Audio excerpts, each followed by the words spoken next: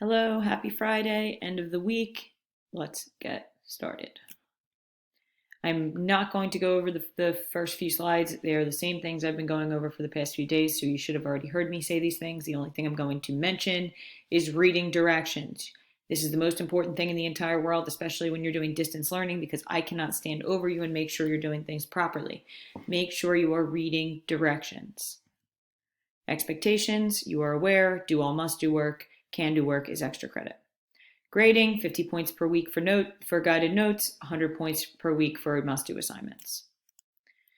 The live question sheet, a lot of people have been utilizing it. I've been very excited about that. Keep doing so. Attendance check-in, again, a lot of people have been using this as well. Great job.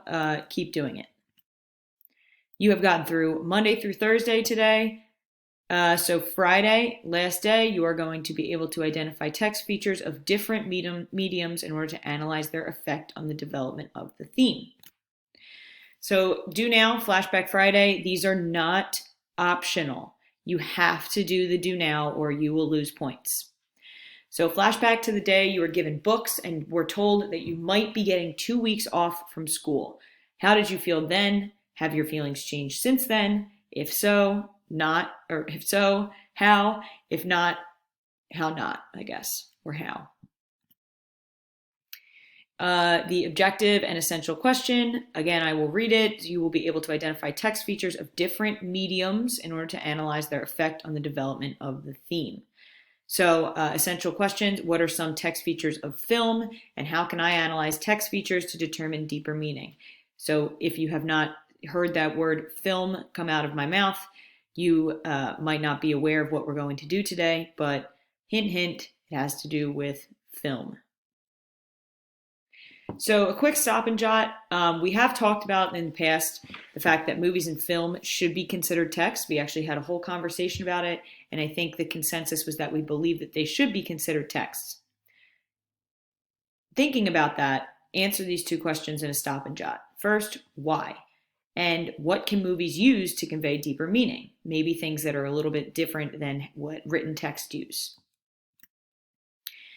So what is text? You're going to copy the following into your guided notes. I talked to you about this before. I would much rather you copy these things by actually typing rather than copying and pasting. I think it's the same kind of thought process as writing things and how that makes it so that you memorize things a little bit easier.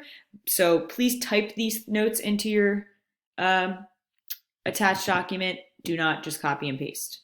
So in the past, text was defined as anything that can be read, meaning anything that has written word. More recently, educators and other people who analyze things have shifted away from this traditional idea toward more modern approaches. So this shift has resulted in text being considered anything that can be analyzed for deeper meaning. We talked about this before. This includes TV and film. And if you think about it, TV and film have to be written down first before they become TV and film. So if you can even think deeply into this process, they are technically the traditional idea of text, even without the modern approach that we've been taking. So analyzing film, I'm going to ask you to read the following article, and you're going to answer the following in your guided notes. You're going to compare and contrast analyzing film and written text. So here's the article right here. So it basically just starts out by talking about films, some of the characteristics. It then talks about some of the things that films have, the title, the year it's produced, the nationality, the names of the actors, the names of the director. There are different genres. I know a lot of you really, really love horror movies, which scares me a little bit, but a lot of you really, really love horror movies. So there are some things called romantic movies, historical, detective, thriller, documentaries or movies, comedies or movies, science fiction. There are different types of genres. The setting, we know what the setting is, or we should know what the setting is. It is the description of where and when the story takes place. Settings in movies are obviously a lot easier to describe than in text. So that's one of the things that's good about analyzing movies. The setting is very much obvious. Plot and structure. As we've talked about before, movies have to be written before they are produced. So that means that they need to have a storyline. They need to have a beginning, a middle, and end. Or they need to have an exposition, rising action, climax, falling action, and what's the last one? Resolution. There we go. So these are some questions that you can consider. What are the most important sequences? How is the plot structured? Don't worry about this, the linear and chronological. If you would like to look those words up, feel free. How is it building suspense? All of that kind of stuff. Conflict. We know what conflict is. It's tension between characters. It's a problem between characters that needs to be either solved through conversation or through something else. Conflict is something that is almost always involved in story, if not always involved in story. Characterization, we talked about this. Characters speaking to each other, their physical appearance, whether they change throughout a film, how they interact with other characters, all of that kind of stuff. Narrator and point of view. The narrator, there's sometimes a narrator, sometimes there isn't, but someone telling the story, the point of view of the story, these are all things that are included in film.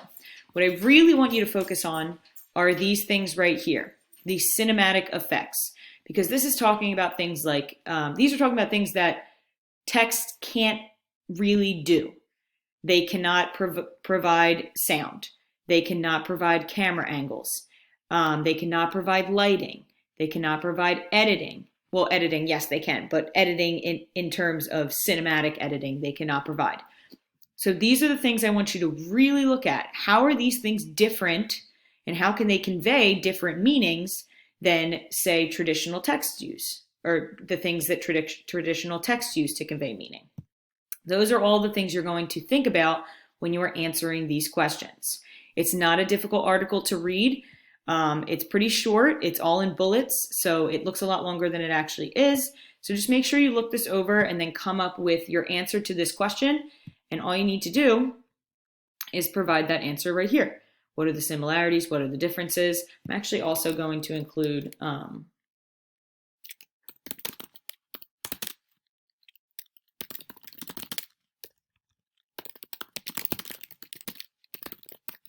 just the general question of how are they different? And then you're going to provide the actual specific similarities and differences. Okay. Text features of movies that convey meaning. So you're going to copy the following into your notes. Your notes are right here. Text features, you're going to write sound, and then you're going to write blah, blah, blah, blah, blah, blah, blah, blah. Okay? So the first text feature that we can talk about, sound. A very obvious thing that creates meaning in a text. This could be used for music, dialogue, and one that we kind of look over because it seems like the absence of sound, but silence. In moments where characters are silent, what is that telling you? What meaning is that conveying? There are also a lot of movies that are completely silent, aside from actual silent movies that were silent because they didn't know how to create audio, but movies that after the creation of audio made the specific choice to be silent. What is that silence telling you? Camera angles. So there are different camera angles like close-ups and far away shots and angles. So like if I'm talking to you like this, how is that different than if I'm talking to you like this? If I'm talking to you like this, how is that different than if I'm talking to you like this?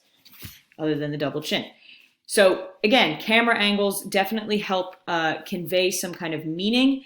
Lighting, dark, light, bright, dim, colors, all of those kinds of things definitely convey meaning as well.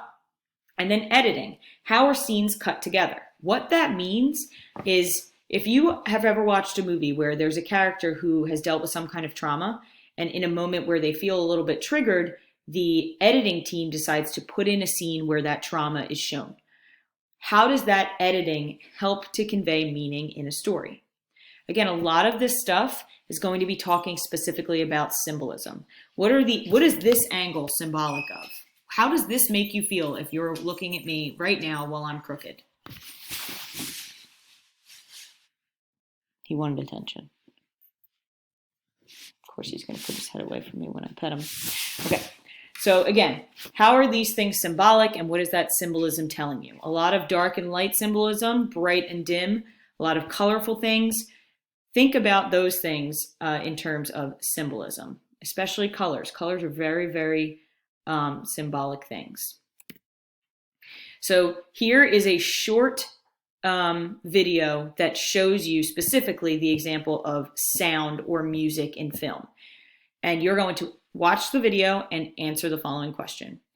How did the different music convey different meaning in the scene?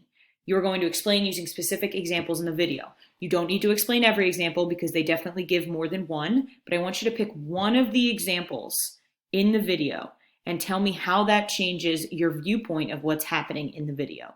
You are going to answer that question right here. And then finally, that's not what I wanted. Finally, you are going to do your assignment, which I told you was going to be fun. I really apologize if you don't think it is. Your assignment is that you are going to, 703 did this before we left, so they should be a little bit familiar with it. The questions are the same 703, so it's basically like you're doing the same thing we did when we left.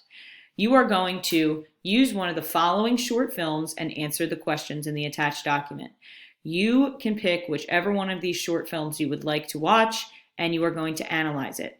If you would like a recommendation, this one is my personal favorite. I think it's really symbolic. I think there's a lot of things that you can unpack with this one. I hate to give you a shout out because I know you're probably going to not want me to do this, but Ming, if you would like to watch this one, I think you would get a really good analysis out of this one. And Angelina, I believe, too.